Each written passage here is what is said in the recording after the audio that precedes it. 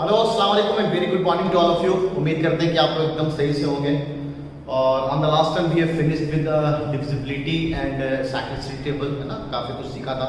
Class 6 की चीज़ें थी डिविजिबिलिटी और ऑलमोस्ट साइक्लिसिटी तो बहुत कम लोग पढ़ाते हैं, ठीक है। लेकिन मैंने आपको लंका टेस्ट और कुछ कॉम्पिटिटिव एग्जाम्स के लिए पढ़ा दिया था, ठीक है। बड़ा अच्छा कॉन्सेप्ट है ये साइक्लिसिटी टेबल, ठीक है।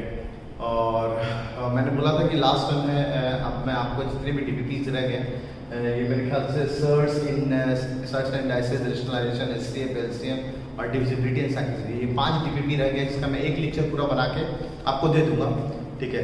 तो आज के लेक्चर में बस यही हमारा सारा जितने भी डीपीपीज है उसका डिस्कशन होगा, ठीक है। तो शुरू करते हैं सबसे पहले सर्च एंड डाइसेस वाले डीपीपी से। पर हम बहुत कम सवाल है ऑलमोस्ट, क्योंकि सर्च एंड डाइसेस मैंने आपको काफ़ी डिटेल में पढ़ाया है। तो शुरू करते हैं सबसे पहले क्वेश्चन नंबर 3 से ना। क्वेश्चन नंबर 3 क्या कहता है? Cube root of 2, fourth root of 2 and 12th root of how much 32, है ना। 32 इज इक्वल टू व्हाट?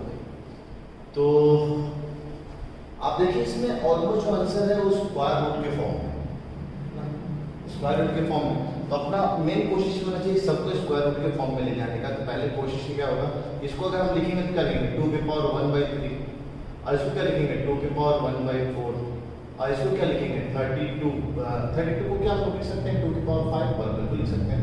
कि होल पावर में क्या लिखा है 1/12, है ना। क्या हम ऑलरेडी जानते हैं nth root of a is a की पावर 1/n। अच्छा, पावर के ऊपर पावर अगर होता है तो a की पावर n के होल पावर में, ना ब्रैकेट का बहुत इंपॉर्टेंस था ये मैंने बताया, तब हम a की पावर mn लिख सकते हैं। तो मल्टीप्लाई कर दिया दिस वी कैन राइट 2 के पावर में 5/2। अब सबका बेस सेम है तो पावर सब ऐड हो जाएगा, 1/3 added with 1/4 is added with 5/2। Addition करते हैं 3 फ्रैक्शन ऐड करने का तरीका। नीचे इसको भी अगर हम 12 बनाते हैं, 12 बनाने के लिए 3 से मल्टीप्लाई करना पड़ेगा, तो ऊपर भी 3 से मल्टीप्लाई करना पड़ेगा। तो ये 12 अगर बन चुका है तो ऊपर अब 3 लिखा है, 3 5 8, तो 8/12 लिखा हुआ है एडेड विद 1/3। देखिए कितना अच्छा बिना रिजल्ट में काम किया होता है। सेम कोर्स इसको भी 12 बनाने के लिए 4 से मल्टीप्लाई करना पड़ेगा। तो 4 दिया 12 और 4 ऊपर आ जाएगा, तो नीचे तो आ गया 12 और ऊपर 4 + 8 12, 2 के पावर 12, 12 कैंसिल एंड 2 के power 8। The correct answer for this question is 2। तो इतना आराम से आप बना सकते थे basic question number 3। Question number 3 के बाद भी क्वेश्चन नंबर 6। क्वेश्चन नंबर 6 क्या कहता है?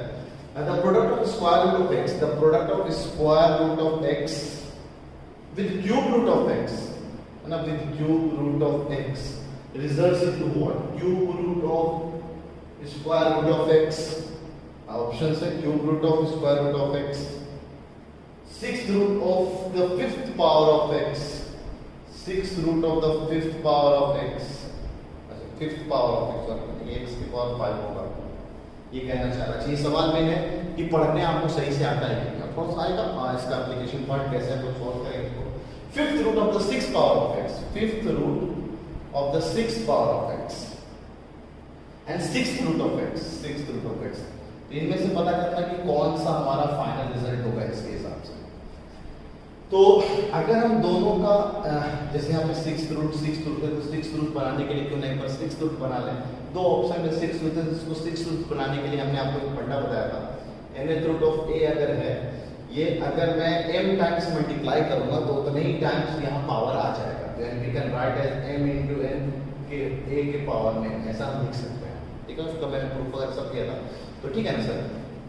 इसको 6 पावर बनाने के लिए हम क्या करेंगे, 6th रूट ऑफ ये 2 लिखा हुआ है तो 3 से मल्टीप्लाई किया गया है ना, 3 से मल्टीप्लाई तो x का क्यूब हो जाएगा इनटू इसको 2 से मल्टीप्लाई करेंगे तो फिर जाके 6 बनेगा, तो ये 6 हो गया, अंदर x² हो जाएगा। अब जब ऑर्डर सेम है तो इन दोनों को मल्टीप्लाई करके 6th रूट ऑफ x का क्यूब इनटू x का स्क्वायर लिख सकते हैं। This is indirectly 6th root of x की पावर 5।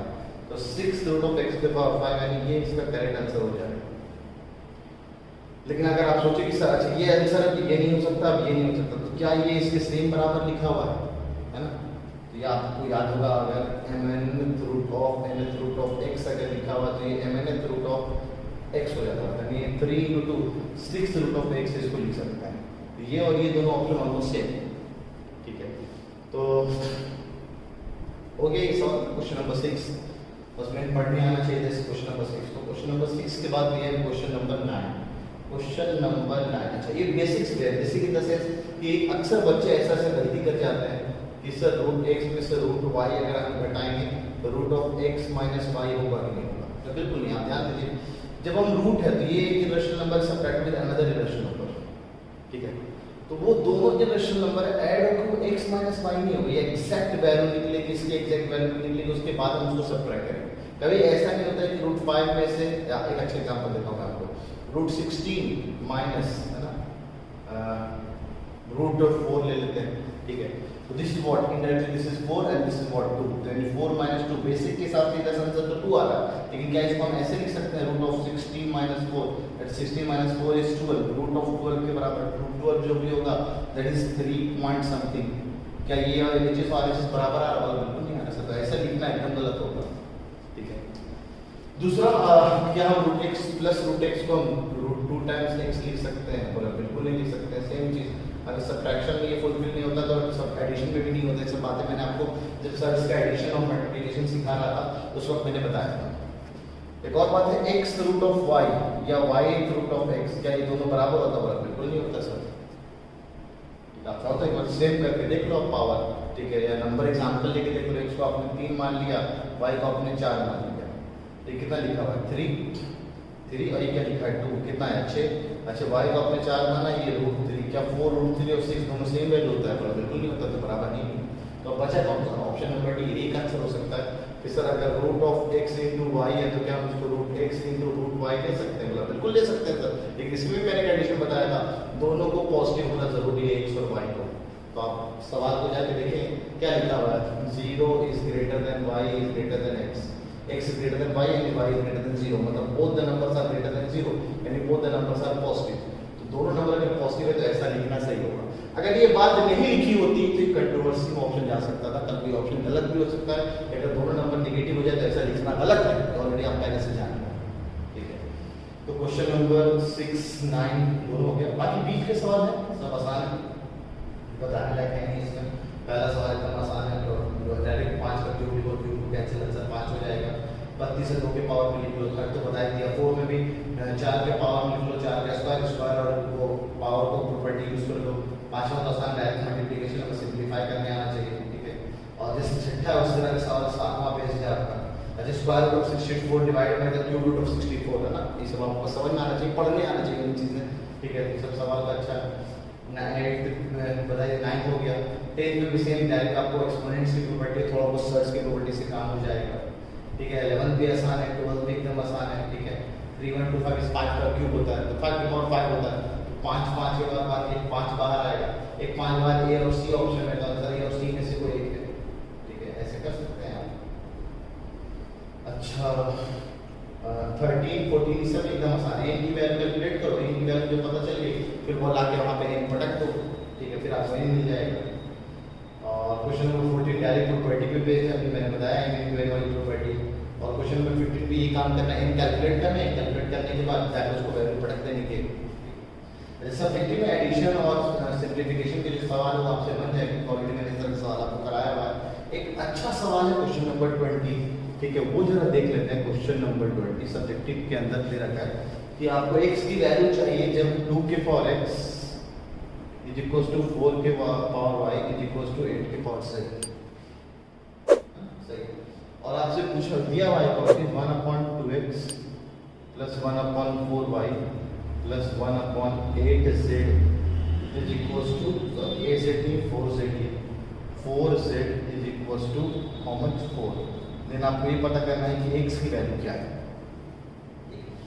अब जब इस तरह के सवाल मैंने आपको पहले पॉइंट आउट किया, जब 3 क्वांटिटी दे रखी होती है तो आप फट से इसको k मानो, लेकिन k मानने के बाद कोई ना कोई एक रिलेशन दिया होता है जहां से हमारा काम चल रहा होता है। तो यहाँ पर आपको दिख रहा है सारी कहानी सिर्फ एक सिंगल वैल्यू x पूछी गई है। तो क्या हम ये सिंगल x के टर्म्स में सारे क्वांटिटी को लिख सकते हैं क्या? कहीं ना कहीं से हम इन तीनों को बराबर कर सकते हैं क्या? हाँ, थोड़ा सा सिंप्लीफाई करो सर। ये 2 की पावर x लिखा है, इसको हम 2 के पावर में y लिख सकते हैं, और जो कि इनडायरेक्टली 2 के पावर में 2y हो जाएगा, 2 के पावर में 2y, ठीक है? सिमिलरली ये 2 के पावर x को रहने दिया, इसको इससे इक्वेट कर रहा हूँ। 8 के पावर z को हम क्या हम लोग लिख सकते हैं 2 का क्यूब का होल पावर में z, और पावर मल्टीप्लाई होकर 2 की पावर में 3z हो जाएगा। अब इन दोनों को अगर हम इक्वेट कर लें तो बेस सेम, तो implies power same x equals to 2y, तो x को भी y के टर्म्स में लिख लिया, या ऐसा हो सकता है कि y इक्वल्स टू x/2, क्योंकि हम y को यहाँ रिप्लेस कर लेंगे। एक इक्वेशन मिल जाए हमें तो सिर्फ x में, उसको बड़े आराम से कैलकुलेट किया जा सकता है। सिमिलरली इन दोनों को इक्वेट कर देता तो बेस सेम, तो power same, x equals to 3z, यहाँ से हम लोग z निकाल लेते हैं, z इक्वल्स टू x/3 है ना। अब ये पता है, यहाँ लाके पटक दो, 1/2x प्लस 1/4, y को भी x के टर्म्स में लिखा, x/2 प्लस 1/4 टाइम्स x/3, ये तो चलो गया भाई साहब ससुराल, ठीक है। 1/2x plus 1/2x 2 times 1/2x, simplification थोड़ा आसान हो जाएगा। ये 3 भाई साहब ऊपर चले जाएंगे, 3/4x इज इक्वल्स टू हम 4 दे रखा है, ये 2 चला गया ससुराल, तो this is 1/x plus 3/4 times x/x is equals to 4। मेरे वाले फ्रेंड जैसे अगर 4 यहाँ मल्टीप्लाई करते हैं, 4 नीचे की, तो एलसीएम हमारा डायरेक्ट 4 हो जाएगा, और ऊपर 7 लिखा हुआ, ये 4 हो गया। इम्प्लाइज x को इधर भेजा और 4 को नीचे ले आया, तो 7/16 इज आवर x। इस तरह से हम x निकाल सकते हैं। कल को अगर y पूछा जाता तो जो आप 2 की पावर x को सबसे इक्वेट कर रहे हैं, इसको आप इससे इक्वेट कर लेते, इससे इक्वेट कर लेते, और लाके यहाँ रिप्लेस कर लिए होते, तो आपको y की वैल्यू मिल जाएगी, ठीक है। तो कोई भी वैल्यू पूछा जा सकता है, x पूछा जा सकता है, y पूछा जा सकता है, या कल यहाँ पे और भी कोई रिलेशन दे रखा और इस तरह का कोई इक्वेशन दे रखा और आपको कोई वैल्यू पूछे, तो ध्यान रखना यहाँ पे एक्सपोनेंट्स एंड सर्च के कॉन्सेप्ट हम सवाल को बना सकते हैं, ठीक है। तो ये डिफरेंट तरह का सवाल, इस तरह के सवाल को हमेशा रिवीजन के लिए इंपॉर्टेंट मार्क करके रखा करें, तो इस तरह के सवाल का कॉन्सेप्ट थोड़ा यूनिक होता है, इस तरह आपको पता होना चाहिए, ठीक है। तो इस तरह से आप सर्च एंड इंडाइसिस के लिए भी है ना, जो वीडियो को पॉज कर लीजिए, जो सवाल लगता है वो आप बता दीजिए। फिर भी मैं एक बार और आपसे बोल रहा हूँ, इसके अलावा भी कोई सवाल हो तो बिंदास आप मेरे को पर्सनल व्हाट्सअप करके, है ना। अब तो मैं अलीगढ़ में आ गया, अगर आप अलीगढ़ में तो मुझसे अलीगढ़ में पर्सनली आप मिल के आप अपने डाउट्स क्लियर कर सकते हैं, ठीक है। तो मैं बढ़ता हूँ मैं नेक्स्ट टीपी की तरफ, तब तक आप कुछ उतारना है उतार लीजिए एक बार।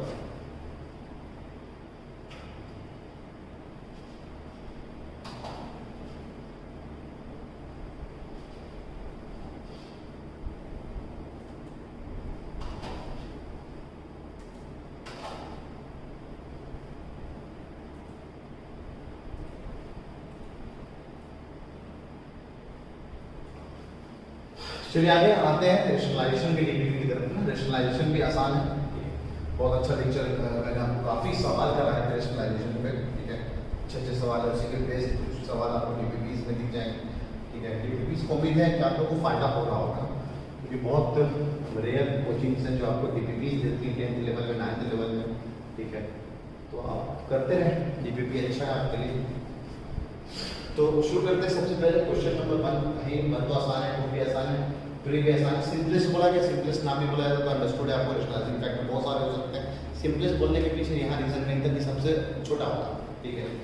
फोर्थ वाला सवाल जो है वो देखने में बच्चों को शायद कॉम्प्लिकेटेड लगता है, कुछ कॉम्प्लिकेटेड नहीं है दोस्त। अगर आप इस सवाल को थोड़ा सिंप्लीफाई कर लेते तो आपको अच्छा लगता, ठीक है।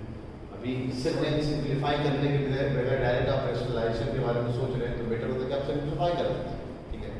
जैसे 8 चौके 32, 4 या 16 दूनी 32, तो 16 यानी 4 बाहर आ सकता है, तो ये 4√2 लिखा हुआ है, ठीक है। 16 3 48, 16 × 3 = 48 है ना, तो 16 यानी फिर से हम यहाँ बाहर निकाल सकते हैं, तो ये 4√3 लिखा हुआ है। अच्छा, यहाँ से हम 4 अगर बाहर निकालेंगे तो दिस इज 2√2, और यहाँ से अगर हम फिर से 4 निकालेंगे तो दिस इज 2√3, और सिंप्लीफिकेशन यहाँ से हम पूरा 4 बाहर निकाल लिए तो दिस इज √2 + √3, और दिस इज 2 बाहर निकाल लिए तो √2 + √3। देखिए भाई साहब ससुराल चले गए और कोई रेशनलाइजेशन करने की जरूरत नहीं पड़ी। रेशनलाइजेशन तो हो सकता है आपका, देख लो बिल्कुल हो जाएगा रेशनलाइजेशन से भी, लेकिन ये अगर हम चीज़ों को सिंप्लीफाई कर लेते हैं ना, जितना सर्ड है उसको मिक्स के फॉर्म में लिख लेते हैं तो अच्छा काम और जल्दी हो सकता है। 10वां पढ़ने से पहले ना और 5वां लेते हैं, 5वां कैसा हमें रेशनलाइज करना है आपको। देखिए एक का गैप है, √4 - √3 1 का गैप है, ठीक है। इसका ख्याल रखना, आपको मैंने घंटा बताया मैं, और इसमें भी आपको एक का ही गैप दिख रहा है, 9 और 4 दूनी 8, हाँ ठीक है। 7वां में भी एक का गैप वाला सवाल है, ठीक है। 8वां सबको आसान इस तरह का सवाल मैंने कराया था, ये भी ना रूट के कंटेंट को हम इक्वल कर लेते हैं, ठीक है। 9वां सवाल, अच्छा 9वां मैंने किया नहीं, 9वां से मिलता जुलता आगे सवाल है इस तरह, इससे आसान ही है। 9 अगर x आपको पता है 1/x निकालने के लिए 1/x लिखो और उसको रेशनलाइज कर दो, वैल्यू पुट करके कैलकुलेट कर लो वैल्यू। 10वां सवाल था, 10वां सवाल इसलिए था √2 की वैल्यू जो होती है दैट इज 1.414, तो √2 - 1/√2 + 1 डिवाइडेड बाई इसका उसका होल स्क्वायर रूट अगर लेते हैं हम तो क्या आंसर आता है। तो नॉर्मल बच्चे क्या करेंगे, √2 की वैल्यू पटक लेंगे, उसके बाद कैलकुलेट करेंगे, बहुत टाइम लग जाएगा क्योंकि वैल्यू बहुत अजीबोगरीब आई।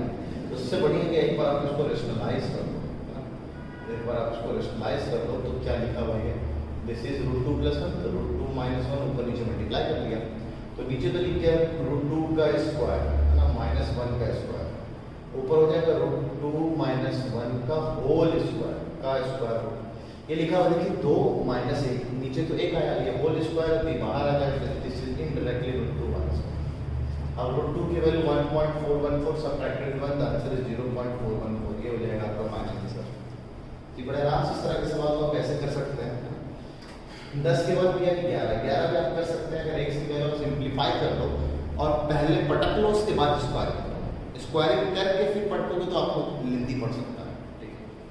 क्वेश्चन नंबर 12 है ना, क्वेश्चन नंबर 12 अच्छा है, जैसे कॉन्सेप्ट मैंने आपको रेसिप्रोकल का बताया था उससे आपको हेल्प मिल सकता है। अगर x की वैल्यू 7 + 4√3 है, स्क्वायर किया 9 49 16 की 48, देखिए एक का गैप है, बहुत शानदार चीज़ है, ठीक है। और साथ में दे रखा है x × y = 1, तो इससे एक बात हो सकता है दो नंबरों का प्रोडक्ट 1 आ रहा है तो दोनों एक दूसरे का रेसिप्रोकल है, therefore y = what 1/x, 1/x कितना हो जाएगा 7 + 4√3, और आसान इसको रेशनलाइज कर लेते हैं 7 - 4√3, 7 - 4√3, आपको पता है दोनों में एक का गैप है तो नीचे तो 1 ही आने वाला, तो ऊपर क्या हो जाएगा 7 - 4√3, तो y क्या हो गया 7 - 4√3, x क्या होगा 7 + 4√3, तो what will be 1/x² + 1/y², ये आपसे पूछा जा रहा है कि किसके बराबर होगा।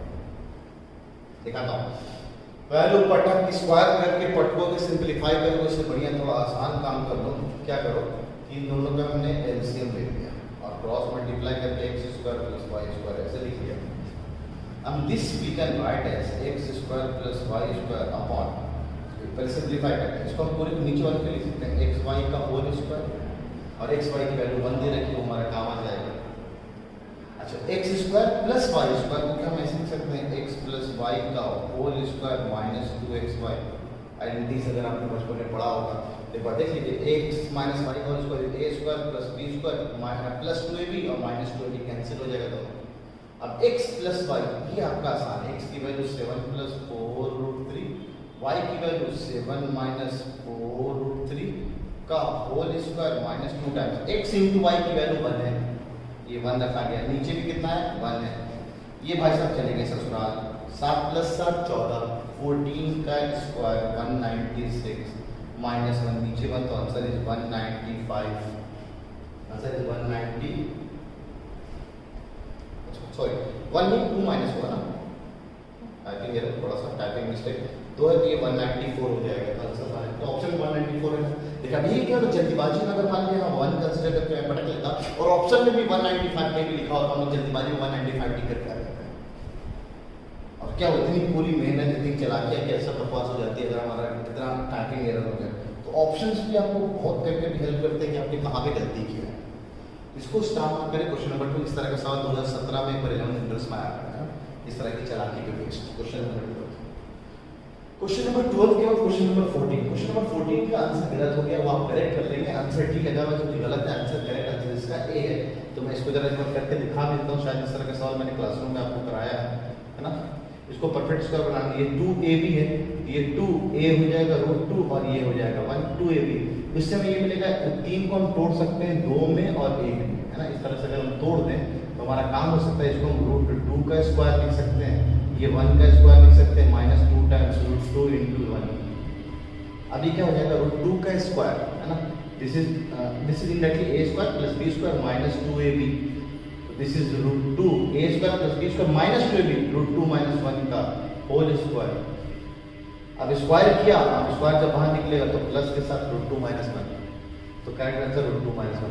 कुछ किताबों में इसको ऐसे भी देखा मैंने कि पहले 1 लिख लिया फिर √2 लिख लिया, अगर 1 और √2 का स्क्वायर लिखा -2 टाइम्स √2 × 1 लिखा, अगर a स्क्वायर a को माना b को माना तो 1 - √2 का होल स्क्वायर का अंडर रूट। अब इसको निकालेंगे तो 1 - √2।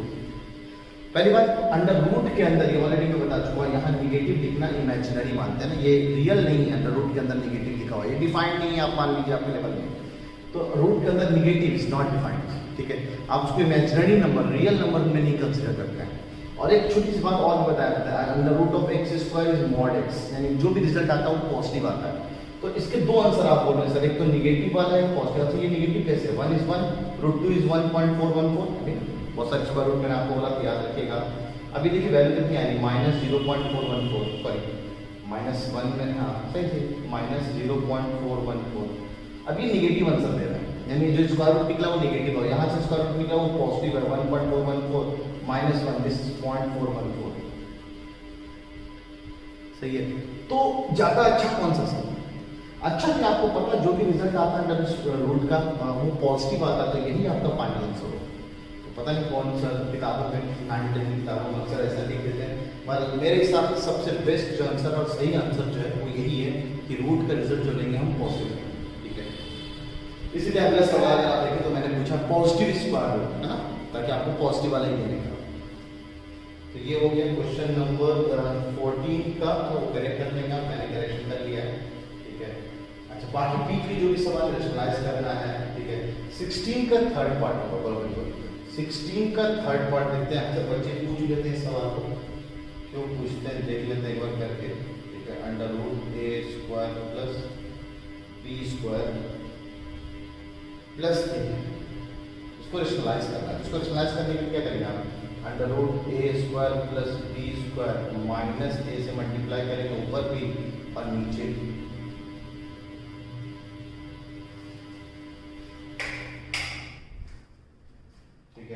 -a से मल्टीप्लाई किया आपने, तो ये क्या हो जाएगा, a + b, a - b, formula के हिसाब से।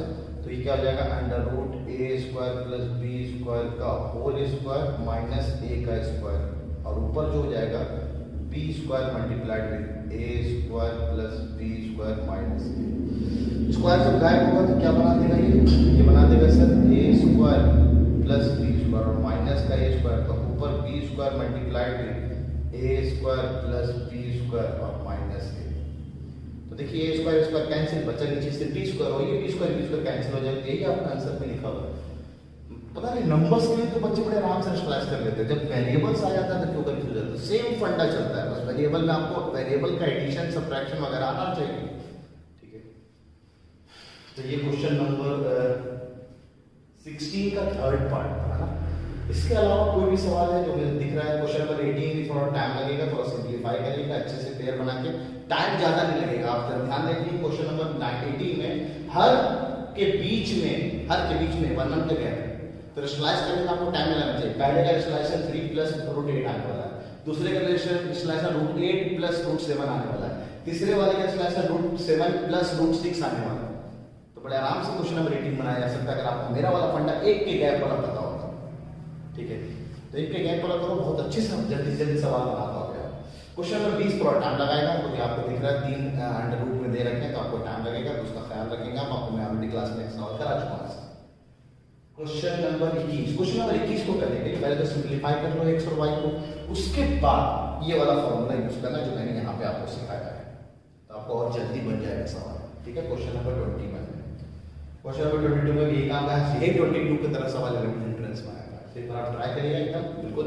a² - 1/a² a² - 1/a² निकालने से बढ़िया कि 1a + 1/a into a - 1/a, a² - b² candy चला के ये इसको कैलकुलेट कर लो तो ज्यादा जल्दी बना के दे देगा आपको आंसर। क्वेश्चन नंबर 23 के लिए मैंने ऑलरेडी ट्रिक बता रखा है, बेसिक से करेंगे तो बहुत टाइम लगेगा, ट्रिक बता रखा है उससे आप कर लीजिए जाएगा। आंसर इसका है वो ट्रिक से दिख रहा है 8 - 1 7 आएगा पहले का आंसर, दूसरे का 121 यानी 11 - 4 यानी 7 आंसर आ जाएगा, ठीक है। जब क्वेश्चन नंबर 24 इस तरह का सवाल मैंने क्लास में करा रखा तो ऑलरेडी एक बार आप ट्राई करो तो दिखेगा सच में बन रहा है कि नहीं बन रहा इस तरह का सवाल, ठीक है। 11th इंटरेस्ट मांगता कभी नहीं आया इस तरह का सवाल, पता नहीं क्यों नहीं, अच्छे सवाल है, ठीक है। उसको 25 इस तरह का सवाल ऑलरेडी मेरे क्लास में करा रखा है। तो इस तरह से हम लोगों ने 2 डीपीपी अब डिस्कस कर लिया। इसके बाद अभी और 3 डीपीपी डिस्कस करते हैं। तो वीडियो को पॉज करके यहाँ तक जो कुछ उतारना आप उतार लीजिए, तो हम आगे के डीपीपी का डिस्कशन डीपीपी की तरफ, that is on SCF based जो डीपीपी था उसमें ऑलमोस्ट सवाल जो है वो क्वेश्चन नंबर 1 जैसे कि ऑलरेडी मैं क्लास में करा चुका, टोटल नंबर ऑफ फैक्टर्स निकालना है। तो प्राइम फैक्टराइज कर लो, 2 3 4 5 7 के पावर जो भी है प्लस 1 1 करके सबको मल्टीप्लाई करने का। अच्छा, क्वेश्चन नंबर 2 का कॉन्सेप्ट ये मैंने बताया नहीं है, लेकिन मैं आपको कॉन्सेप्ट बता दे रहा हूँ। जैसे लगा बात जब छिड़ी है तो क्वेश्चन नंबर 1 कर ही लेते ना। 2 के पावर में दिस वी हैव 150, फिर 2 के पावर में दिस वी हैव 75, फिर 3 से काटेंगे है ना, this we have 25, then we have 5 and 5. So this 300 can be written at question number 2 पे बेसिकली जा रहे हैं, कॉन्सेप्ट बता रहे हैं, प्रोडक्ट ऑफ फैक्टर्स का एक कॉन्सेप्ट है। ठीक है, टोटल नंबर ऑफ फैक्टर्स तो देख लिया था। दिस वाज 2 के पावर 2, 3 के पावर 1, 5 के पावर 2। तो टोटल नंबर ऑफ फैक्टर्स जो था, टोटल नंबर ऑफ फैक्टर्स, इसका नाम अगर हम मान लीजिए एल दे देते हैं, स्मॉल एल है ना, दैट वाज जो भी ऊपर लिखा पावर उसमें एक ऐड करो, जो भी ऊपर लिखा उसमें एक ऐड करो, जो भी ऊपर लिखा उसमें एक ऐड कर दो। This we have 3 into 2 into 3, 9 into 2 is 18, this is the result is 18। अब अगर आपसे बोला जाए प्रोडक्ट ऑफ फैक्टर्स, याद रखें जितने भी फैक्टर्स है बिना उसको निकाले हम सारे का प्रोडक्ट बता सकते हैं। This is always equals to n के पावर में n/2, ये याद रखेंगे आप। n ये जो हमारा नंबर है उसी नंबर के पावर में जितने भी टोटल नंबर ऑफ फैक्टर्स उसको 2 से डिवाइड करके उसका पावर ले लो तो आंसर आ जाएगा। जैसे यहाँ पे n की वैल्यू 360 थी, सॉरी 300 था, 300 और उसके पावर में n कितना है 18 आया, उसको 2 से डिवाइड कर दिया, तो दिस वी हैव 300 के पावर में 9। ये सारे फैक्टर जो भी इसके होंगे उनका रिजल्ट मल्टीप्लिकेशन ये आने वाला है। तो ये नोटबुक में आप चाहो तो उतार लेना था, डीपीपी मैंने दे दिया है, इसलिए डीपीपी बहुत सारी चीज़ें सीखने को होती है। क्वेश्चन नंबर 3, इस तरह का सवाल मैंने आपको रिवीजन में बताया था। क्वेश्चन नंबर 4, हाँ क्वेश्चन नंबर 4 जान करके मैंने फिर से दिया ताकि जो कॉन्सेप्ट है वो आपको और अच्छे से रिवाइज हो जाए। Question number 4, 200x² y cube x² y cube z, इसका तरीका बताया था भाई, इसका सारे फैक्टर निकाल लो उसको n बोला था, इसके सारे फैक्टर निकाल लो उसको n बोला था, और 1 फिर से इंक्लूड करना है। अब इन दोनों को मल्टीप्लाई कर लो तब जाके आपका टोटल नंबर ऑफ फैक्टर्स आएगा। कहते हैं जो फंडा यहाँ सीखा उसी फंडे से हम इस सवाल को भी सॉल्व कर सकते हैं। 200 का सारा प्राइम फैक्टराइजेशन लिख लो, 2 से काटा 100, 100 जो था 2 के पावर 2 5 का स्क्वायर है ना, 2 लिख लिया, ये 50 आएगा एक बार और 2, और ये 25 हुआ तो ये 5 और 5, ये हो जाएगा 2 का क्यूब 5 का स्क्वायर x का स्क्वायर y का क्यूब z की पावर 1। तो इसको भी इसी फैक्टर के टर्म्स में x y z को भी हम प्राइम नंबर कंसीडर करेंगे। उस हिसाब से टोटल नंबर ऑफ फैक्टर्स जो हो जाएगा वो 3 + 1, 2 + 1, 2 + 1, 3 + 1, 1 + 1। This we have 4 into 3 into 3 into 4 into 2, तो ये हो गया 6, ये हो गया 12 और ये हो गया 4, तो ये 4 into 6 24, तो 12 into 24, 24 दूनी 48 का 8, 24 1 और 4 28, 288। हाँ ठीक है, आंसर सही आ रहा है। तो ठीक है, उसी फंडे से आप m into n करो, ठीक है, या ऐसे कैलकुलेट कर लो, दोनों तरफ से आंसर सेम आएगा। ठीक है, question number 5 already class notes में आपको लिखवाया मैंने नोट के फॉर्म में ना, x1 और x2 का अगर ऐसे x है तो x1 - x2 और x1 + x2 का भी अगर ऐसे निकालेंगे तो x आएगा। अगर इस तरह का सवाल में कभी आपको नोट याद नहीं आ रहा, अपने से एग्जांपल लेके चेक कर लिया करें आप। ठीक है, the ratio of first 5 prime numbers, अब याद रखना प्राइम नंबर्स अगर है तो सब नंबर सिर्फ 1 से ही कट सकता है। ठीक है, तो इनका जो एचसीएफ होगा, HCF of prime numbers will always be 1 ना। अगर प्राइम नंबर इन्वॉल्व हो रहा है तो आंसर हमेशा 1 होगा। अब फर्स्ट प्राइम नंबर इन्हीं के बैठ के फर्स्ट 5 प्राइम नंबर लिखने जा रहे हैं, बिना लिखे हुए भी आप बता सकते थे कि इनका एचसीएफ 1 ही आने वाला है। और इनका एलसीएम क्या होगा, तो product of this numbers already हम नोट में बता रहे हैं। क्वेश्चन नंबर 6, क्वेश्चन नंबर 7 मैंने अपने मेरे खुराफात है मैंने बनाया हुआ सवाल है। अब आप इसमें नंबर्स को देखिए, 35 है, 45 है, 69 है, 91 है, 100 है, 11। एक तो 91 भी प्राइम नंबर है और 11 भी प्राइम नंबर है। एक भी प्राइम नंबर अगर आ गया कोई कंपोजिट नंबर लिखा हुआ और एक कोई प्राइम नंबर लिखा हुआ है, तब आपको पता है ये 1 और सिर्फ 11 से कटने वाला, तो कॉमन फैक्टर 1 ही आने वाला और कुछ नहीं आने वाला। तो ऐसे केस में भी जब एचसीएफ हो जाएगा वो आपका 1 ही हो जाएगा, ठीक है। तो एक भी प्राइम नंबर अगर इन्वॉल्व हो जाए तो उस केस में आपका एचसीएफ 1 ही रहता है, ठीक है। तो इसका ध्यान रखने का, एक भी प्राइम नंबर आ गया, ठीक है। अच्छा, अब बात करते हैं क्वेश्चन नंबर 714 है, चलिए 8 वगैरह देख लेते हैं। 8 में चालाकी कुछ नहीं, हाँ चलिए 8 में चालाकी है, 2 की पावर 2 भी है, 2 की पावर 3 भी, तो पहले 2 की पावर क्लब कर लेंगे, 2 की पावर 5 बन जाएगा 8, उसके बाद उसको सॉल्व करेंगे ना। जल्दीबाजी में सिर्फ 1 2 की पावर आपने देखा तो वो आपको गड़बड़ी हो सकता है, ठीक है। और ऑप्शन को अगर चालाकी से बनाया गया होगा, ठीक है, ये भी मेरा पूरा बात लग रहा है, ठीक है।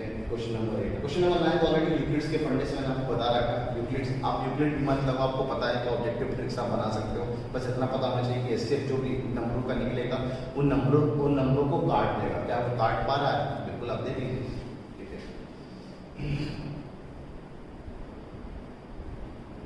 और क्वेश्चन नंबर 10 एकदम सिंपल है। 11 में चालाकी है, देखिए यहाँ पे 4 और 6 इन्वॉल्व है बेस में ना, प्राइम फैक्टराइजेशन में 4 और 6 is a composite number, that is not prime number. उसको पहले प्राइम में कन्वर्ट करने के बाद सारे 2 3 5 इस तरह का सवाल मैंने क्लासरूम में आपको कराया है, ठीक है। अब यहाँ से अच्छे सवाल शुरू हो रहे हैं। वर्ड्स प्रॉब्लम एचसीएफ और एलसीएम वाले basically, greatest number which divide this and leaves remainder this in each case. तो आपको ऑलरेडी बताया मैंने, इस क्लास नोट में भी लिखवाया था मैंने। अगर आपको ग्रेटेस्ट नंबर पता है, ग्रेटेस्ट मतलब आपको एचसीएफ चाह रहा है, और divides each of these number का मतलब ये होगा कि फाइनली इन सबको काट दें, तो जो भी रिमाइंडर उन सबको हटा देंगे। 19 में से 4 रिमाइंडर आ रहा है तो ये हो गया 15, 19 में से सॉरी अगला भी है 47 में 2 रिमाइंडर आ रहा है, ये हो गया 45, और फिर भी 81 में से 6 रिमाइंडर आ रहा है, इसलिए 75, ये 15 से कट गया, 15 से कट गया, यानी एचसीएफ इसका 15 हो जाएगा, क्योंकि एचसीएफ जो भी होने वाला है वो सबसे छोटा होगा इन सबसे। तो आंसर आपका 25 और 35 तो हो नहीं सकता, 9 और 15, 9 से भी कट रहा है, 9 से ये नहीं कट रहा है, ठीक है। तो बचा 15, आंसर 15। तो आपको ऐसे वैसे भी नहीं निकालना, आपको डायरेक्ट चला के सब बड़ा अच्छे से फाइंड कर सकते हैं। तो बढ़ते हैं नेक्स्ट क्वेश्चन की तरफ ना, क्वेश्चन नंबर 14 ना। 14 से पहले क्वेश्चन नंबर 13 ना, 13 अच्छा सवाल, 13 भी देख लेते हैं ना। 13 बहुत अच्छा सवाल है, क्वेश्चन नंबर 13 ना, क्योंकि अब ये वर्ड्स प्रॉब्लम वाले सवाल आ गए, जैसे कि आपको दिख रहा होगा क्वेश्चन नंबर 13 में, तो ये मेंसुरेशन का सवाल है ना, मेंसुरेशन का, लेकिन इसमें एचसीएफ का कॉन्सेप्ट यूज होगा। अब कैसे यूज होगा, पहले सवाल को पढ़ते हैं तो मजा आएगा आपको। क्वेश्चन नंबर 13 ना, यहाँ देख लेते हैं क्वेश्चन नंबर 13 क्या कहता है कि the least number of square tiles required to pave the ceiling of a room. एक टाइल्स लगाना है सीलिंग पे, और उसका जो रूम का जो लेंथ दे रखा है वो 15 मीटर एंड कितना 17 सेंटीमीटर लॉन्ग है ना, 17 सेंटीमीटर है, और ब्रेथ जो है वो 9 मीटर 2 सेंटीमीटर है, 9 मीटर 2 सेंटीमीटर। तो this we can convert this into centimetre, centimetre पूरा कन्वर्ट कर लेते हैं। तो 1500 प्लस 17 15 17 सेंटीमीटर, और 900 प्लस 2 902 सेंटीमीटर। अब इसमें देखेंगे कि कैसे एचसीएफ का कॉन्सेप्ट यूज हो रहा है। वैसे अक्सर लोग ना जैसे वर्ड फॉर्म आता है लीस्ट दिखता है, लीस्ट, तो लीस्ट में सोचते हैं वो लीस्ट मतलब लोएस्ट, यानी एलसीएम लगाना का कॉन्सेप्ट यूज कर लेते हैं, इन दोनों के एलसीएम ले लो वगैरह वगैरह। लेकिन पहले सब कॉन्सेप्ट को सीखो, सवाल कहना क्या चाहता है। ये सीलिंग है ना, मान लीजिए छत है ऊपर, और इसमें आपको टाइल्स लगाना है, तो आपसे बोल रहा है सबसे कम नंबर ऑफ टाइल्स यूज हो, तो आप क्या चाहोगे, मैक्सिमम जो साइज का हम टाइल्स बना सकते हैं वो हम बना लें।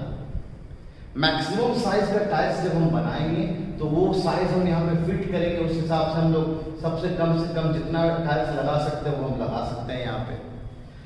यानी आपको इनडायरेक्टली अगर सवाल आपको देखा जाए तो जैसे अपने ट्यूशन में सवाल बचपना में किए होंगे आप लोग कि by the area, if the age or if the length of a age of a square is this, square tiles is this, and the length and breadth of the room is this, then find the number of tiles। तो उसमें क्या करते हैं आप, number of tiles अगर आपको निकालना हो तो एरिया ऑफ, जैसे यहाँ पे सीलिंग बोल रहा है तो सीलिंग यूज कर लिया हमने, divide by area of square tiles जो भी दे रखा हो।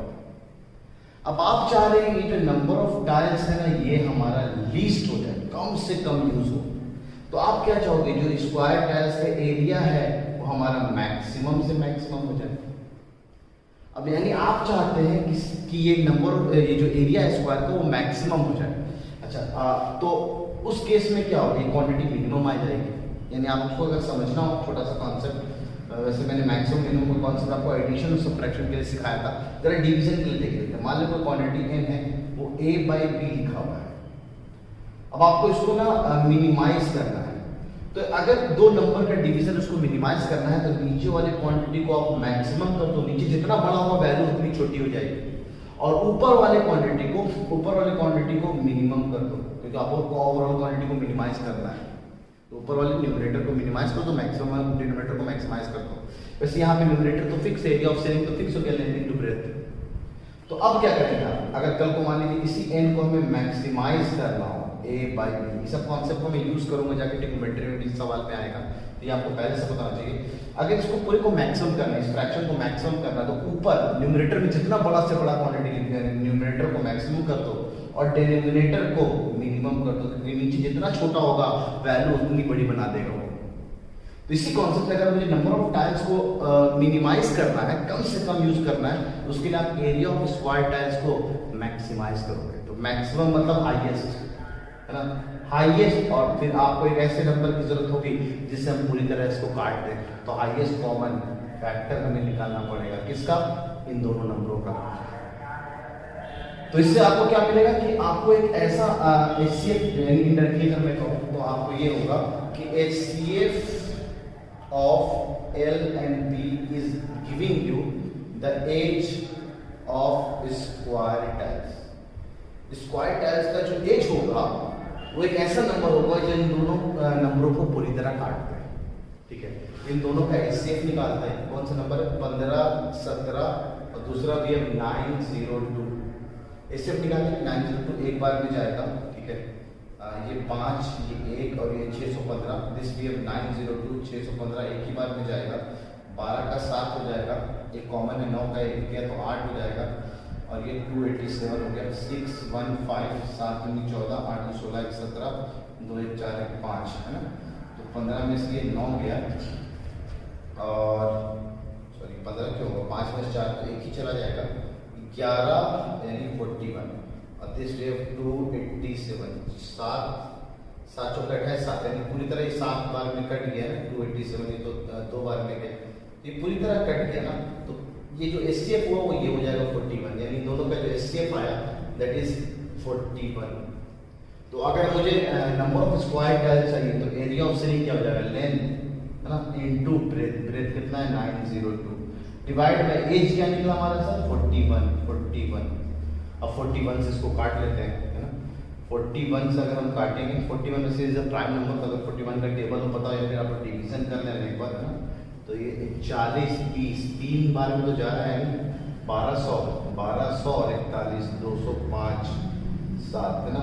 तो ये करीबन 41 एक बार डिवाइड करके देख लेना, तो मेरे ख्याल से 37 बार में ही चला जाएगा।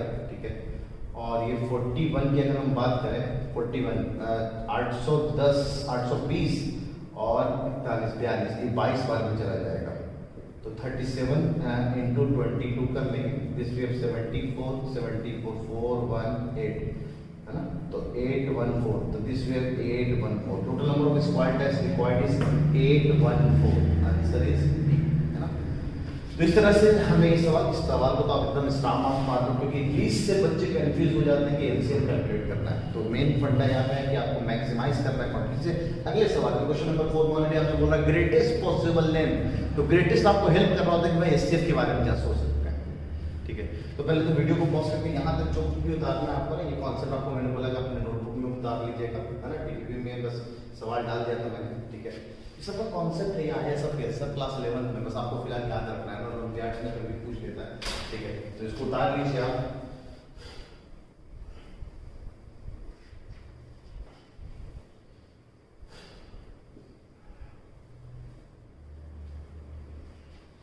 तो बढ़ते हैं नेक्स्ट क्वेश्चन की तरफ, क्वेश्चन नंबर 14। क्वेश्चन नंबर 14 में क्या कर रखा है, ये सब कॉन्सेप्ट जो मैंने बताया ये भी अपना नोटबुक में एकदम क्लियर अच्छी तरह से उतार लीजिएगा। ठीक है, तो ये सब कॉन्सेप्ट बार बार आगे जाके यूज करेंगे हम लोग, है ना। क्वेश्चन नंबर 14 ही कह रहा है कि सर 3 पीसेस है टिम्बर का, एक 42 का, एक 49 का और 63 का। 42 49 और 63 का। और आपसे बोला गया इसको डिवाइड कर दिया गया प्लैंक्स में, है ना, टुकड़ों में बांट दिया गया।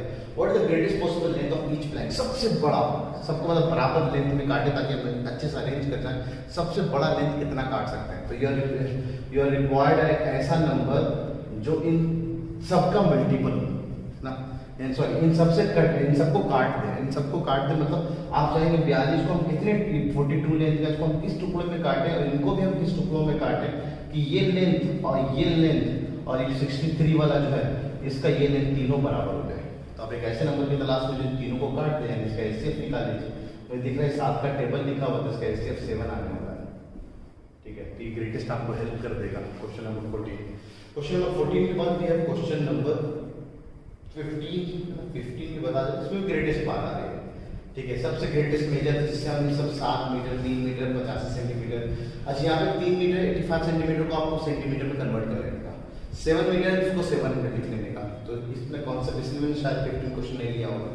अच्छा 16 में क्या है, मैक्सिमम, यहाँ भी सेम चीज है, maximum number of student among home इतना बेंच और इतना bench, maximum number of student. तो फिर से आपको एसएफ के बारे में सोचना, हाईएस्ट, मैक्सिमम, ठीक है, ग्रेटेस्ट, सब आपको एसएफ की तरफ लेके जाता है। Question number 17 is also 3 star सवाल। क्वेश्चन नंबर 17 भी बहुत अच्छा है। कह रहा है कि 3 सेट ऑफ इंग्लिश, मैथमेटिक्स और साइंस के बुक्स हैं कंटेनिंग इतनी बुक्स, ठीक है, कितना है क्वेश्चन नंबर 17, 336, 240 एंड 96 बुक्स। ये इतने बुक्स हैं हमारे इंग्लिश के, मैथ्स के, साइंस के, बड़े कम है भाई, ठीक है। Have to be stacked in such a way that all the books are stored subject wise and the height of each stack is same, एकदम सेम, इस तरह का कॉन्सेप्ट। इसको हमको टुकड़ों में अरेंज करना है भाई, इसको किताब को हमें इस तरह से स्टैक्स बनाना है और इसको भी हमें अरेंज करना है टुकड़ों में, लेकिन जो टुकड़े होंगे इसके, ठीक है, वो टुकड़ों की हाइट सबकी बराबर होनी चाहिए, ठीक है। तो आपसे पूछेगा how many stacks will be there, कितने स्टैक्स हैं, 1 2 3 4 ऐसे सब में अलग अलग नंबर्स जाएंगे, तो कितने स्टैक्स बनेंगे टोटल। तो आप अगर बोलेंगे सब, जैसे यहाँ पे एसएफ निकाला, इन सब का एसएफ निकाल देते हैं, तो एसएफ निकालने में आपको नंबर ऑफ स्टैक्स मिलेगा या number of books in each stacks मिलेगा, एक बुक कितने बुक्स रखे गए हैं एक स्टैक में। तो जब इनका एसएफ निकालेंगे तो हमें ये मिलेगा कि एक स्टैक में कितने बुक्स रखे। तो एचसीएफ अगर हम निकालें 336, 240, 296, this will give you the number of books in each stack. तो ये आपको बता देगा number of books in each stack, ठीक है। यह सेम चीज आपको इस टुकड़ों में काटना था ताकि सबसे कट जाए। तो इसमें आपको कितने बुक, ताकि हाइट आपका सेम रहेगा ना, हाइट सेम रखना है सबको, ठीक है। अच्छा अब उनका एचसीएफ अगर निकाल रहे हैं हम लोग तो 96, 240, 336, ठीक है। तो क्या किया जाए, हाँ ऐसा करते हैं ना, एक और कॉन्सेप्ट आपको सिखाता हूँ एचसीएफ को फाइंड करने का, ठीक है। आपने अभी तक जितने भी कॉन्सेप्ट, 4 कॉन्सेप्ट देखा, एक और कॉन्सेप्ट इसी तरह से हम शॉर्टकट मेथड अप्लाई करते हैं, यहाँ पे आप कर सकते हैं। जैसे आपको पहले दिन में सब नंबर 2 से कट रहा है, तो सबको आपने 2 से काट दिया, इसलिए 1, 13 का 6, 16 का 8, 2 से काटा तो 120, 2 से काटा तो 4 या 48, फिर फर्दर 2 से कट रहा है। सब नंबर एक कॉमन फैक्टर से कटना चाहिए, ये है मेन कॉन्सेप्ट, सब कटना चाहिए, एक भी छूटना नहीं चाहिए, एक भी छूटना नहीं चाहिए, सब कट रहा है। तो ये सब कट रहा है 2 से, दिस वी हैव 8 and 84, ये कट रहा है 60, ये कट रहा है 24, अभी भी ये पूरा नंबर 2 से कट रहा है, 2 से काटा, this we have 42, this we have 30 and this we have 12, ठीक है। और ये फर्दर और कट रहा है फिर से 2 से, this we have 21, this we have 15 and this we have 6। अब ये 2 से तो नहीं कट रहा, 2 से सिर्फ 1 कट रहा है, 3 से कट रहा है, ये भी कट रहा है, सब 3 से कट रहा है, तो सबको 3 से काट दिया, तो ये 7 भाग में, ये 5 भाग में, ये 2 भाग में। अब फर्दर डिवीजन पॉसिबल नहीं है, ठीक है। तो हमें जो एचसीएफ होगा, एचसीएफ में क्या करते थे हम लोग, इन सब का मल्टीप्लिकेशन कर लेते थे। एचसीएफ में हमें कॉमन फैक्टर जो सब जगह आ रहा है, तो ये सब जगह आ रहा है, ये सारे नंबरों को इनके नंबर्स काट रहे हैं, तो इनडायरेक्टली यही हमारा एचसीएफ हो जाएगा। ये भी एक शॉर्टकट मेथड होता है हमारे एचसीएफ को कैलकुलेट करने का, ठीक है। तो ठीक है, तो एचसीएफ कितना हो गया इस केस में, this we have 2 into 2 4, 4 into 4 8, चलिए लिख देता हूं 2 की power 4 into 3, this we have 16 into 3 that we have 48. तो नंबर ऑफ बुक्स हर स्टैक में कितने होंगे 48. तो टोटल कितने स्टैक बनेंगे, कितने इस तरह के आपके खांचे बनेंगे. तो स्टैक्स बनेंगे आपके मैथ्स के, सॉरी पहला किताब किसका था, इंग्लिश का. इंग्लिश के खांचे कितने बनेंगे 48. इतने तो स्टैक्स इंग्लिश में चले जाएंगे, इतने स्टैक्स आपके मैथ्स में हो जाएंगे और इतने स्टैक्स आपके साइंस में हो जाएंगे. तो नंबर ऑफ स्टैक्स जो होंगे वो हो गया, यहाँ तो 2 से कटते बड़ा आराम से दिख रहा है. 480 का आधा लिखा हुआ है ना, 240, ये 5 बार में कट गया. ठीक है, और ये 480 48 ना, 4 8 32, 8 बार में भी नहीं. ठीक है, 7 7 56, हाँ 7 बार में कट रहा है. 7 चौके 28 को 5. ठीक है, तो बिल्कुल ही 7 बार में कट रहा है. तो टोटल नंबर ऑफ स्टैक्स कितने होंगे 7 5 12 12 2 14. तो this we have 40. Total number of stacks case में 14 हो जाएंगे. तो आंसर विल बी 70. क्वेश्चन एकदम शानदार 3 स्टार लेवल का सवाल है ना. Question number 17. क्वेश्चन नंबर 13 भी 3 लेवल का है ना. तो अच्छे सवाल है ये सब. कि नंबर ऑफ स्टैक्स नॉर्मल लोग एचसीएफ निकाल, हो सकता है एक ऑप्शन में आपको 48 भी दे दे, लोग जल्दीबाजी में 48 मार्क करके आ जाए. मैंने दिया नहीं है इसमें. ठीक है, बहुत अच्छा सवाल है, इसका ध्यान रखेंगे आप. अच्छा, अगला सवाल सब्जेक्टिव का प्राइम फैक्टराइजेशन का, ये बड़े आराम से हो जाएगा. ठीक है, उसके बाद 19 है 18 हो गया. 19 Roma has to make gift hampers out of 40 watches, 24 iPods and 16. The gift hampers are identical and contain at least one of each thing. यानी हर गिफ्ट में कम से कम एक ना एक चीज तो जाना है, एटलीस्ट कम से कम एक ना एक चीज जाना है. Find maximum number of such gift hampers she can make without leaving anything. एक भी छूटना नहीं चाहिए और हर गिफ्ट हैम्पर में एक ना एक आना ही चाहिए. तो उस केस में आपको क्या करना है, फिर मैक्सिमम वाली बात आ गई. आप इन सब का एचसीएफ निकालो. 40 24 16, मेरे ख्याल से 8 से कट रहा है सर, तो 8 आ जाएगा इसका आंसर 19 का. बहुत खूब, आंसर 8 है. तो एक गिफ्ट हैम्पर में 8 का बना सकते हैं गिफ्ट हैम्पर, जिसमें वॉचेस भी होंगे, आईपॉड्स भी होंगे और सेलफोन भी होंगे. और इन्हीं सब कॉन्सेप्ट से मिलकर आपका फिर से क्वेश्चन नंबर 20 बना हुआ है. इसमें minimum number of rooms required. जैसे ध्यान दें कि मिनिमम वाली बात आ रही है नीचे डिवीजन में. ओवरऑल मिनिमम तो नीचे डिवीजन वाला चीज मैक्सिमम होना चाहिए. तो मैक्सिमम आप इसका निकाल लेंगे 60 84 और 108 का एचसीएफ निकाल लेंगे आप. ठीक है, ये तो रहा आपका एचसीएफ का डीपीपी. ठीक है, तो यहाँ तक जो कुछ भी उतारना उतार ले. तो अगला हम लोग एलसीएफ का डीपीपी अभी डिस्कस करते हैं. तो बढ़ते हैं नेक्स्ट डीपीपी की तरफ, that is based on LCM. LCM पे क्वेश्चन नंबर 1 एलसीएम निकालना फर्स्ट 7 नेचुरल नंबर का. तो बढ़िया, आपको एक शॉर्टकट मेथड ज़्यादा अच्छा होगा. और इन दोनों का एलसीएम निकालना तो आप डिवीजन करने में ट्रिक्स तो टाइम लगेगा, तो आप नॉर्मल एलसीएम निकालो. प्राइम फैक्टराइजेशन क्वेश्चन नंबर 2 में. क्वेश्चन नंबर 3 में एचसीएफ दे रखा है, एलसीएम पूछा गया है. तो इसमें बेटर ऑप्शन ये होगा कि आप product of this two numbers is equals to HCF into LCM से जाए तो ज़्यादा टाइम बच सकता है. क्वेश्चन नंबर 4 ये आपके एनसीईआरटी से उठाया हुआ सवाल है ना. There is circular track on a sports field. एक स्पोर्ट्स फील्ड में एक सर्कुलर ट्रैक है. ठीक है, क्वेश्चन नंबर 4. ठीक है, सोनिया 18 मिनट एक 1 राउंड लगाने में, मान लीजिए यहाँ से सोनिया शुरू की, यहाँ से यहाँ तक आने में जो सोनिया टाइम लेती है वो 18 मिनट लेती है. और रवि है वो 12 मिनट लेता है. रवि बड़ा तेज दौड़ रहा है भाई. तो रवि ना 12 मिनट में यहाँ से यहाँ पहुंच जाता है. तो आपसे कहेंगे अगर दोनों सेम पॉइंट से शुरू करेंगे तो after how many minute they will meet again at the starting point. फिर से वो उसी पॉइंट पे पहुंच जाए. तो जरा गौर फरमाएंगे आप एक ऐसा नंबर है कि 12 के मल्टीपल में चल रहा है, ये 12 के मल्टीपल में चल रहा है और ये 18 के मल्टीपल में चल रही है. तो आपको एक ऐसे नंबर की तलाश में है जो दोनों से कट जाए. तो दोनों से कट जाए मतलब दोनों का एलसीएम आप कैलकुलेट कर लो ना. तो 6 9 3 से काटा तो 2 बार में और ये 3 बार में 6 6 36 36 मिनट्स. 36 मिनट वो नंबर होगा इंडायरेक्टली मैंने एलसीएम निकाल लिया 12 और 18 का, दैट इज 36. वो 36 मिनट होगा जो कि इन दोनों फिर से उसी पॉइंट पे वापस आ जाएंगे. चलिए देखिए सोनिया कितना चक्कर लगाएगी 36 मिनट में 2 चक्कर लगाएगी. तो कभी अगर पूछा है कितने चक्कर बाद सोनिया उसी पॉइंट पे वापस होगी जब रवि भी होगा उसी पॉइंट पे, तो 2 चक्कर बाद. रवि कितने होगा तो 36 बाय 12 3, तब तक वो 3 राउंड लगा चुका होगा. ठीक है, तो इंडायरेक्टली आपको एलसीएम निकालना होता है इस तरह के सवाल में. क्वेश्चन नंबर 5 11 है डायरेक्ट, पाई फंसाना डायरेक्ट प्रॉपर्टी जो मैंने आपको सिखाया है। उसके बाद भी है LCM of fractions. Fractions HCF का फ्रैक्शन में पूछा गया तो ऑलरेडी मैं आपको क्लास 2 में बता चुका हूँ कि फ्रैक्शंस का एलसीएम कैसे निकालते हैं। सारे न्यूमरेटर का एलसीएम ले लो और सारे डिनोमिनेटर का एचसीएफ ले लो। पहले सिंप्लीफाई कर लेना तो ज़्यादा अच्छा है। यहाँ पे सब चीज़ें सिंप्लीफाइड दे रखी है already. Question number 7, question number 7 अच्छा बेल वाला सवाल। इस तरह के सवाल मैंने क्लास में आपको वो कराया 4 स्ट्रीट लाइट्स। मेरे ख्याल से यहाँ इस सवाल में बच्चे बोलते हैं कि सर ये नंबर एग्जैक्टली डिविजिबल नहीं आ रहा, 21 पॉइंट समथिंग कुछ आता है। तो मैंने आपको क्लास में ही पॉइंट आउट किया था, अगर पूरी तरह ना कटे तो समझ लेना 21 एंड 21 टाइम्स तो ऐसा जरूर होगा। अगला 22 टाइम्स होना टाइम कम पड़ रहा है ना, तो 21 इस केस में इस तरह का आंसर होता है। 7 का आंसर सी ही है, 7 का आंसर सी आंसर याद मेरे को ना, सी आता है ऐसा आंसर है ना 21। अगला फिर 8 the product of two numbers इससे बहुत अच्छा आपको पता है product of two numbers is equal to product of their reciprocal, उसको यूज करके आप क्वेश्चन नंबर 8 बना सकते हैं। क्वेश्चन नंबर 9 भी उसी पे बेस्ड है, 10 भी उसी पे बेस्ड है, ठीक है।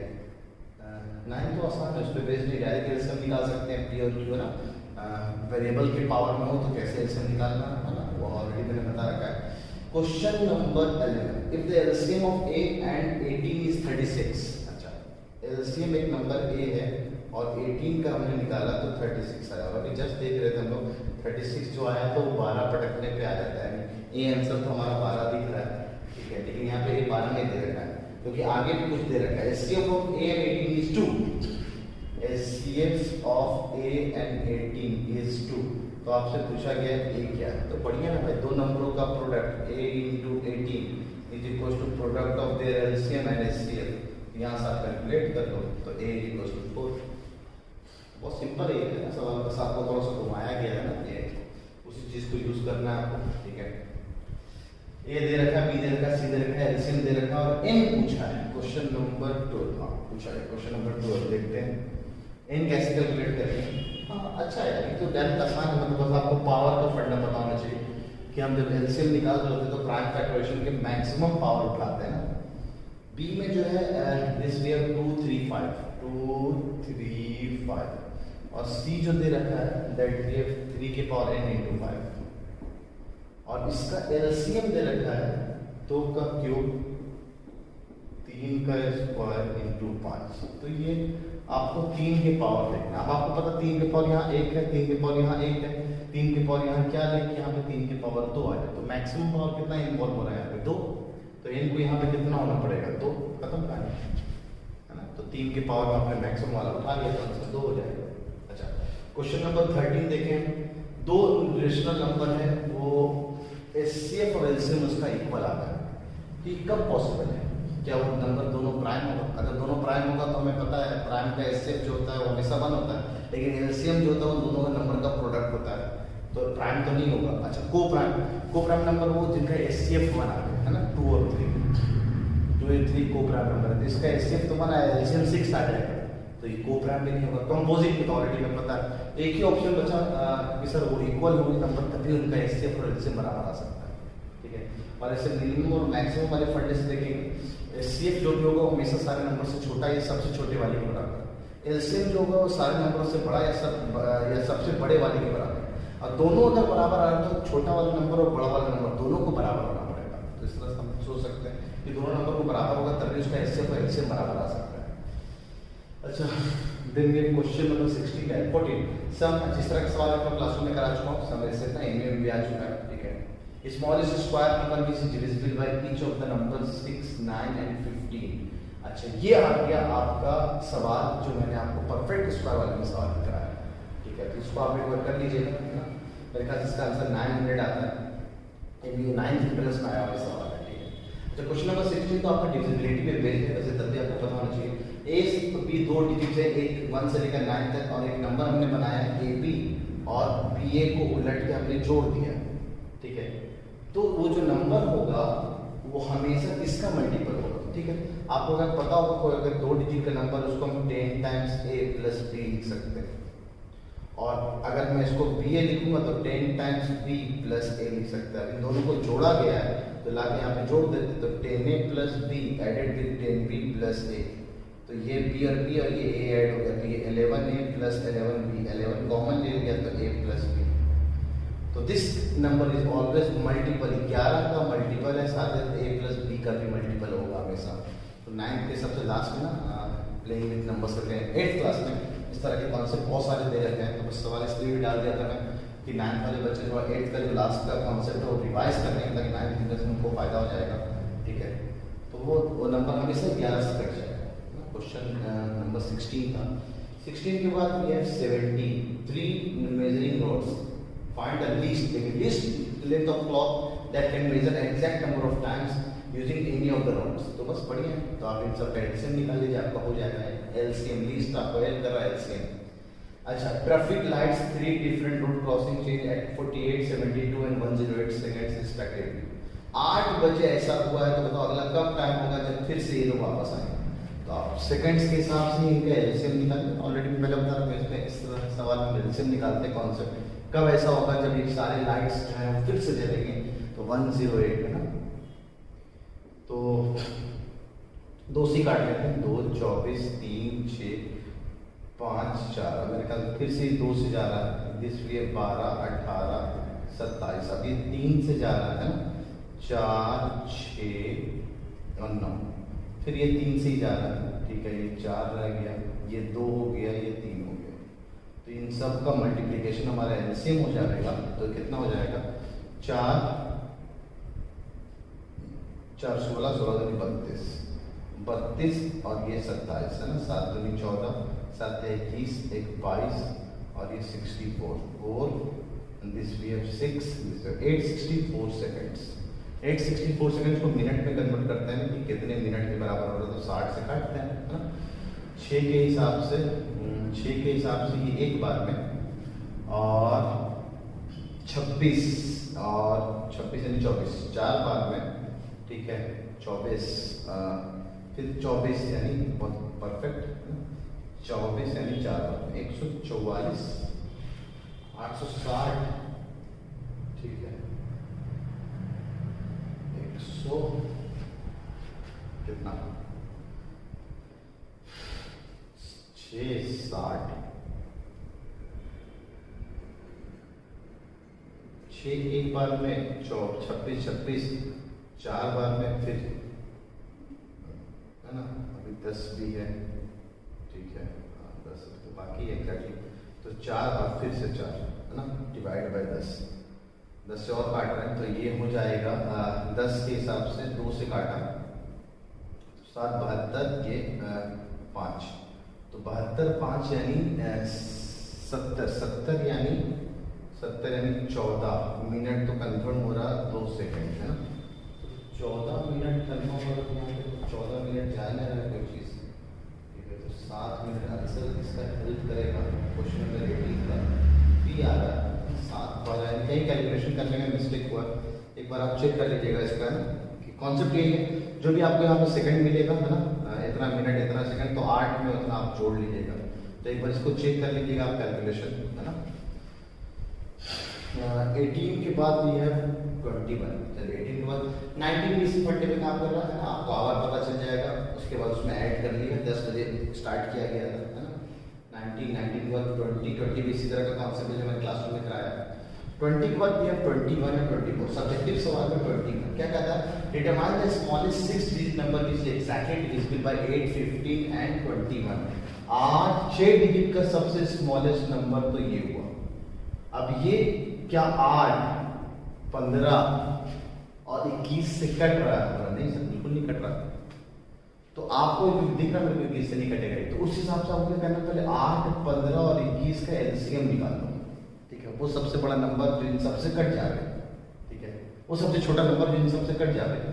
तो ये तो पहले 3 से ही कट रहा है, सभी 8 छूट गए हैं, ये 15 का 5 हो गया, ये 7 हो गया। ठीक है, तो ये हो गया 35, 8 तरीके 24 है ना, तो 20 4 दिया 12, 12 और 2 14, 35 दूनी 70, 0 4 8, 840 हुआ। तो 840 जो है वो सबसे छोटा नंबर है जो इन सबसे कट जाएगा। तो 840 से हम इस पूरे को डिवाइड कर लेते हैं, तो जो भी रिमाइंडर वगैरह आएगा उसमें हम लास्ट में ना, मान लीजिए उसका मान कर लेते हैं ना, 840 इसको डिवाइड कर रहे हैं, 840 1 2 3 4 एक जीरो और एक जीरो उड़ा देते हैं यहाँ वाला, ठीक है। तो 840 बहुत आसान, 84 से काटना पड़ेगा। तो 84 1 दिस वी हैव 16, एक जीरो उतरेगा 160, फिर से 84 1, ठीक है। तो ये हो गया 6 और ये हो गया 7, ठीक है। और एक और जीरो उतरेगा नीचे 760 84, तो ये 9 बार में चला जाएगा। 84 इंटू 9 हो चुके 36, 8 9 72 72 और 3 75 756। तो रिमाइंडर 4 आ गया ना।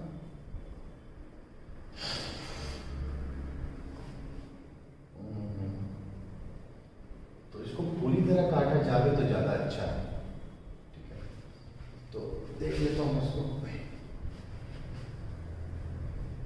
क्योंकि 4 रिमाइंडर आपको दिक्कत कर रहा है कि 1 2 3 4 5 ये सबसे स्मॉलेस्ट नंबर है, नहीं कट रहा है सबसे। तो 840 के मल्टीपल में आपको लिखना पड़ेगा टेबल में, ठीक है। तो 840 160, ठीक है। एक बार में एक जीरो और आ गया, 840 का डबल नहीं जाएगा, तो 840 बार में लगा दिए जीरो और ये हो गया 6, ये हो गया 760, फिर एक और जीरो उतार दिया तो ये हो जाएगा 10, 9 बार में 840 इंटू 9 है ना, 9 चौके 36, 8 9 बार 7560 है ना।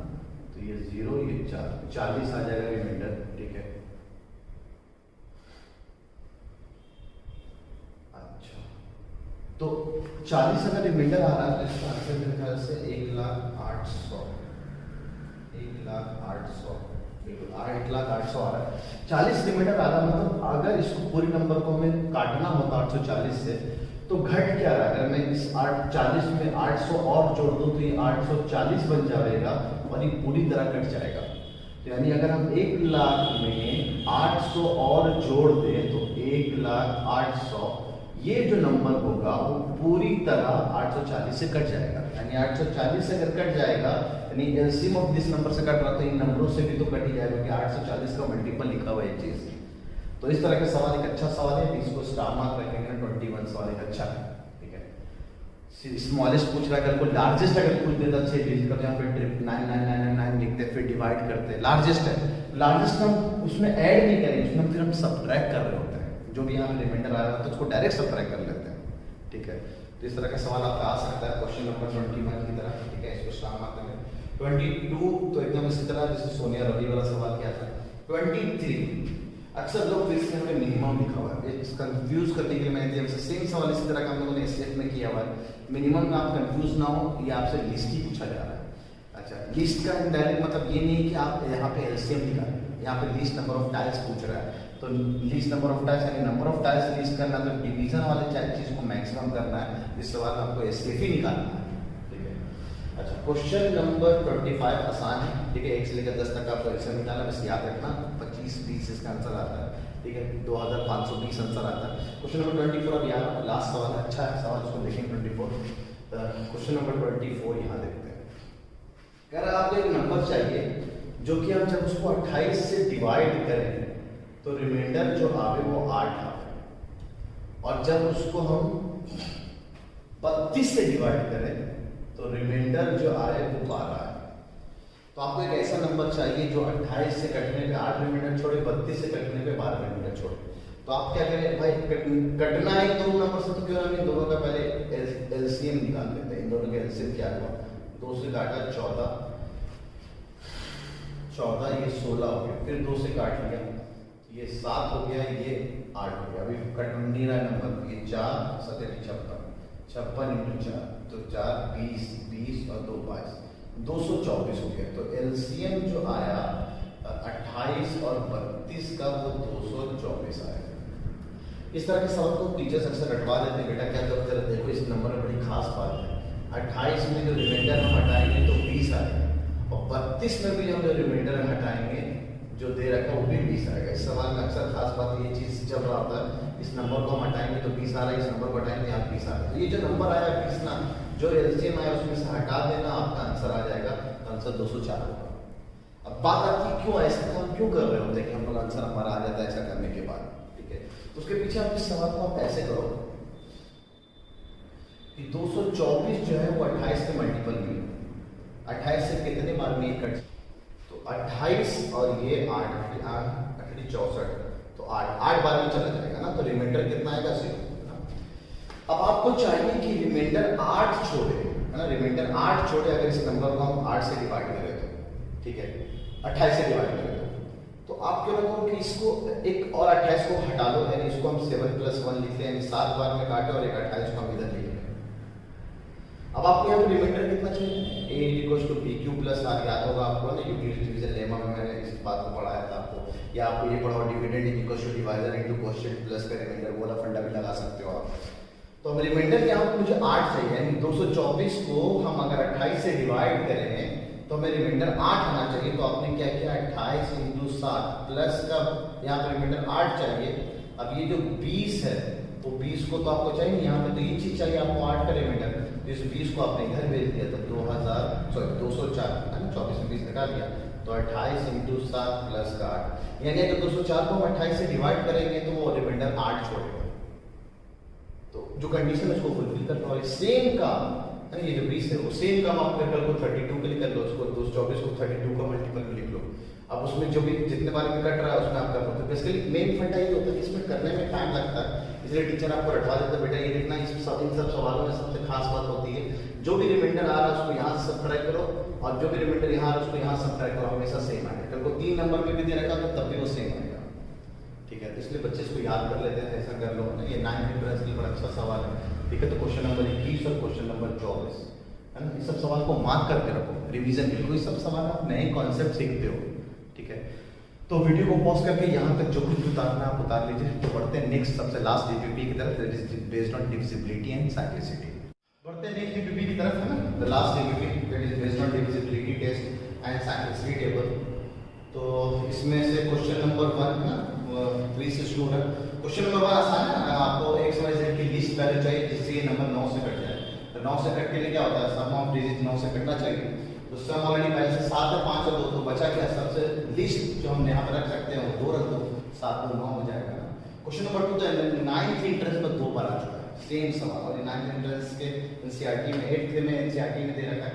11 से कटने के लिए क्या होगा, ऑड प्लेसेस और इवन प्लेसेस के डिजिट्स का सम जो होगा, सम डिजिट्स का सम का डिफरेंस जो है वो 11 से कटना चाहिए, या 0 भी हो जाए तब भी चलेगा। थर्ड जो है 3 डिजिट है 4 2x ना, थर्ड 4 2x, सॉरी आपसे कह रहा है कि क्या हम रखें x की जगह कि 6 से कट जाए। 6 से कटने के लिए 2 और 3 दोनों से कटना चाहिए, ठीक है। अब पहला ऑप्शन यहाँ पे 4 करते हैं, अगर हम 4 करते हैं तो सम ऑलरेडी 6 4 10 तो नहीं होगा, नंबर कटेगा। फिर हम लगते हैं 6, तो 6 2 6 है ना, सॉरी 4 2 6, तो 6 हो चुका है, 6 6 12 है, 3 से कट जाएगा, 2 से भी कट जाएगा, तो 6 इसका एक सुटेबल आंसर होगा। तो आगे हम ये चीज चेक कर सकते हैं, बेटा 6 भी काम किया हमारा। 3 के बाद ये 8, ठीक है। Which number is not divisible by 3, तो 3 की डिविजिबिलिटी चेक कर लो, ठीक है। इफ इतना is multiple of 3 where x is a digit which not possible of value of x, क्या नहीं हो सकता। अगर ये 3 का मल्टीपल है तो 3 से तो कट जाएगा, तो बस इनडायरेक्टली आपको 3 से काट के देखना है। 3 से कटने के लिए x को हम क्या नहीं रख सकते हैं, 4 2 6 हो गया, तो भाई हम 0 रखते तब भी काम चल जाएगा, 3 रखते तब भी काम चल जाएगा, 6 रखते तब भी काम चल जाएगा, 4 रखेंगे तो काम नहीं चलेगा। बस आंसर तो सही हो गया। Divisible not possible value of a, divisible by 4, तो 4 से जो आगे सवाल है सेम पे बेस्ड है, 9 की डिविजिबिलिटी चेक करनी है। अच्छा यहाँ पे 99 से डिविजिबिलिटी चेक करनी है आपको। 60 AB क्वेश्चन नंबर 8 में 60 AB है ना, 60 AB। उसके बाद भी है 5737 57377, ओके 57377 इज डिविजिबल बाय 99।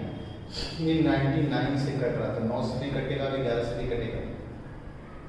तो एक बार 11 की डिविजिबिलिटी आप चेक कर लो, ठीक है। तो 6 + 1 + 5 + 3 + 7 7 3 10 15 21 21 + a हो गया। और क्या कह रहा है, ए और B and values of A and B respectively. और अगला जो हो जाएगा वो 7 14 14 बी और 0, तो 14 + b हो गया।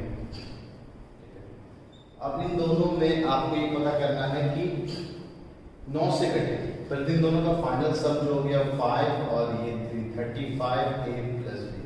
9 से कटने के लिए इन a प्लस बी को या तो 1 हो जावे या फिर ये 10 हो जावे, ठीक है, 10 45 हो जाएगा। इन दोनों का सम 1 हो जाए या 10 हो जाएगा, तो आंसर सी और डी तो नहीं होगा दोस्तों, तो बचा हमारा ए और बी, ठीक है। अब ए और बी पटक के हम देख लेते हैं। अगर हम यहाँ पे ए की जगह पे 3 पटके और बी की जगह पे अगर हम 7 पटके, ये हो जाएगा 21, ये हो जाएगा 24, ठीक है, तो आंसर नहीं हो रहा मैनेज। लेकिन अगर उल्टा हम कर लें, यहाँ 7 पटक लें और यहाँ पे 3 पटक लें, तो ये हो गया हमारा 28 और ये हो गया हमारा 17, तो इन दोनों का डिफरेंस 11 आ जाएगा, तो करेक्ट आंसर इसका पी हो जाएगा, ठीक है। इस तरह से आप जा सकते हैं, इसका आपको डिविजिबिलिटी का कॉन्सेप्ट यूज करना है। क्वेश्चन नंबर 9 आपको चेक करना है ना, इसमें से कुछ इनमें से कौन सा true correct. Number divisible by 3 it must be divisible by 9। अगर नंबर कोई 3 से कट जा रहा तो 9 से भी कट जाएगा। आप एग्जांपल चाहो तो देख लो, सर 9 लिया तो कट गया, लेकिन अगर हम 12 ले लें तो ये तो 3 से कट रहा है लेकिन वो 9 से नहीं कट रहा, ये स्टेटमेंट फॉल्स हो गया। लेकिन इसका उल्टा, अगर कोई नंबर 9 से कट रहा है तो डैम से वो 3 से जरूर कट जाएगा। 9 से कटने के लिए इस 3 से भी कटा होगा, इस 3 से भी कटा होगा, जरूर वो 3 से कट जाएगा, तो आंसर सेकंड स्टेटमेंट तो सही है। सेम इसी पे 4 से अगर डिविजिबल है तो 8 से भी डिविजिबल होगा, कहना गलत होगा। लेकिन इसका उल्टा 8 से अगर डिविजिबल है तो डैम से वो 4 से हो जाएगा, तो इसमें सही आंसर सेकंड यानी सी हो जाएगा इसका सही आंसर ना। इनकरेक्ट पूछा, इनकरेक्ट क्वेश्चन नंबर 10 में। A number divisible by both 9 and 10, 9 और 10 से अगर दोनों कट रहा है तो 90 से भी कट जाएगा, तो ये हमें देखना है ना क्वेश्चन नंबर 9 में। तो इसमें पूछ रहा है which of the following statement is incorrect, तो सही है। A number divisible by both 9 and 10, 9 into 10 90, तो 90 से कटना ही कटना है। The sum of two consecutive odd number is always divisible by 4, ये थोड़ा चेक करना पड़ेगा। दो कंसेक्यूटिव अगर ऑड नंबर है तो हमेशा 4 से कट जाएंगे, है ना। तो जैसे हमने दो कंसेक्यूटिव नंबर लिया, odd consecutive odd number is always divisible by 4, तो 10 का आंसर मेरे से बी आ रहा है, बी अच्छा 10 का आंसर डी दे रहा है, तो बी तो मेरे को दिख रहा है दोस्तों कि अगर हम दो कंसेक्यूटिव नंबर ले 1 और 3 तो 4 कट तो रहा है, 3 और 5 तो 8 ना, और 5 और 7 तो 12, 7 और 9 तो 16। अच्छा हो क्या रहा है इसका देखिएगा, एक ऑड नंबर अगर हम लेंगे तो वो क्या बनेगा 2q - 1 ना, ऑड नंबर जनरल में इस तरह से करते हैं है ना। और दूसरा अगर हम लें तो वो भी 2q - 1, इन दोनों का क्या बोल रहा है सम, तो इन दोनों का सम कितना हो गया, दिस वी हैव 4q - 2, ठीक है, तो 4q - 2 इस फंडे से चेक करने से बढ़िया है कि आप उसको ऐसे चेक कर लेते हैं ना। मैं इसके लिए यूक्लिड का फंडा देख रहा था कि यूक्लिड के फंडे से आप इस बात को कर पाते हैं कि नहीं कर पाते हैं, कर सकते हैं बिल्कुल। आप एक बार देख लीजिए, the sum of two consecutive odd numbers, दो ऑड नंबर है ना, 2q - 1 की जगह जब +1 लेंगे तो है ना, और 2q की जगह 2m, हम सेम क्यों लेंगे ना, अलग डिफरेंट ले लेते हैं, 2m + 1। अच्छा कंसेक्यूटिव बोला है तो m आप नहीं लेंगे, आप सेम नंबर है ना, तो एक नंबर अगर ये तो अगला कंसेक्यूटिव जो बनेगा वो 2q + 3 बन जाएगा ऑड। अब देखिए अब आपको बिल्कुल अच्छा दिखेगा, एक नंबर मैंने ऑड दिया जनरल 2q + 1 लो या 2q - 1 लो तब भी काम हो जाएगा। अगला क्या हो जाएगा 2q - 1 है, इसमें से और 2 जोड़ देंगे हम, अगला कंसेक्यूटिव ऑड, तो ये हो जाएगा। अब इन दोनों का सम देखो 1 और 1 cancel, 2q + 2q is 4q, this number is always divisible by 4। तो यूक्लिड से हम बड़े आराम से देख सकते हैं ना, कंसेक्यूटिव ध्यान नहीं दिया मैंने, कंसेक्यूटिव ही लेना था, इसलिए 2q + 1 है 2q + 3, इसमें भी आप देखो कितना लिखा हुआ 4q + 4, 4 कॉमन ले लिया तो q + 1, तो एकदम 4 से कट जाएगा। तो क्वेश्चन नंबर स्टेटमेंट नंबर 2 भी सही है, ठीक है। A number divisible by 18 is divisible by 3 and 2, सही बात। अगर 18 से कटना तो 6 3 का 18, तो 3 और 2 से तो कटना चाहिए आपको। नहीं, अगर 18 से कोई नंबर कट रहा है तो 18 6 3 का 18, तो ये 3 2 3 ये लिखा हुआ है, तो 2 से कट जाए 3 से कट जाए काम नहीं चलेगा, एक बार और 3 से कटना चाहिए, मतलब 9 से कटे और 2 से कटे तब वो 18 से कटेगा। एग्जाम्पल के तौर पे अगर मान लीजिए कोई नंबर मैं लिख लूँ क्या कह रहा है? If a number is divisible by 18 if it is divisible by both 3 and 2, 3 और 2 दोनों से कट जावे तो 18 से कट जाएगा। चेक करने के लिए सबसे सिंपलेस्ट 6 लेते हैं। 6 3 से भी कट रहा है और 2 से भी कट रहा है। क्या ये 18 से कट रहा है? मतलब नहीं कट रहा है। तो करेक्ट आंसर, रॉन्ग आंसर जो इनकरेक्ट पूछा है तो आंसर डी हो जाएगा। सही है, 10 का आंसर डी सही लिखा हुआ। अच्छा 10 का सी नहीं पढ़ा मैंने, तो सी तो सिंपल दिख रहा है आपको, 3 नंबर है ए बी सी, है ना। तो इनको अगर 11 से कटना है तो उसके लिए आप क्या करेंगे? इन दोनों का एडिशन सब्ट्रैक्ट कर देंगे मिडिल वाले से। वो 11 का अगर मल्टीपल होगा तो पूरा नंबर 11 से कट जाएगा। तो 10 के बाद ये 16, ठीक है। 11 देख लेते हैं एक बार, 11 क्या करता है? 11 तो आसान है, ठीक है।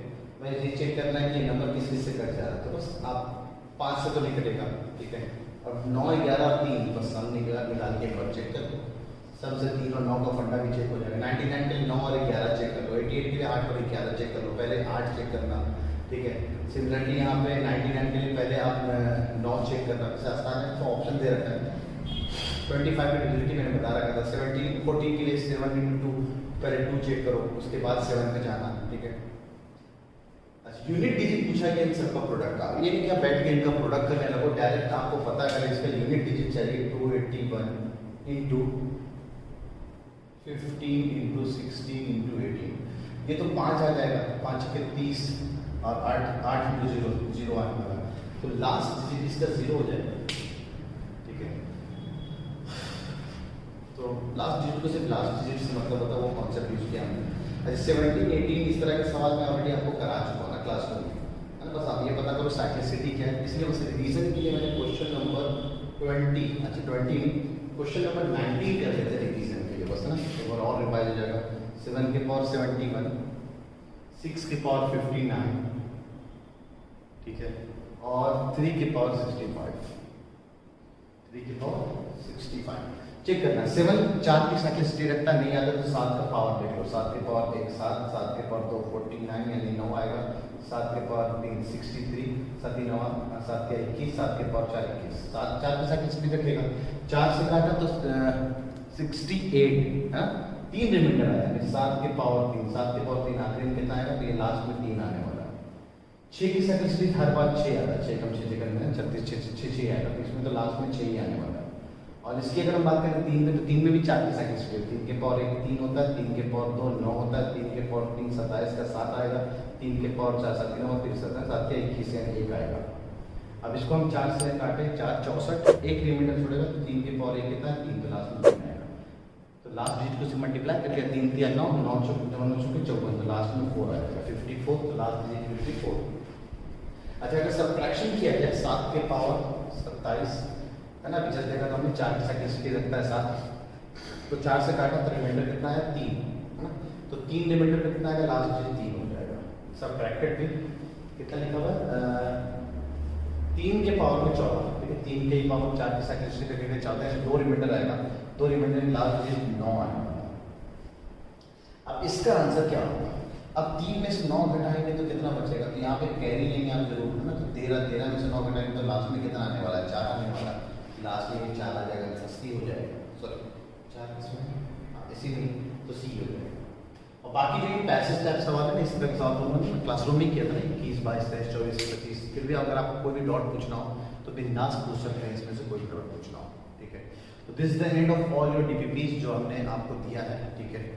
तो हम लोगों ने काफ़ी चैप्टर्स, काफ़ी तो नहीं, तो बेसिक मैथमेटिक्स फिनिश कर दिया। काफ़ी कुछ टॉपिक हमने पढ़ा है इसमें, ठीक है। इसके अलावा अगर कोई भी टॉपिक आपको लगे कि सर इसको पढ़ना है तो हम लोग लास्ट में पढ़ेंगे। बिल्कुल सिलेबस अब हमें टाइम पे लेके जाना है ना। ये उम्मीद करते हैं कि अब जल्द से जल्द खुल जाए ये चीज़ें, तो हमारा इंटरेक्शन होगा, है ना, ठीक है।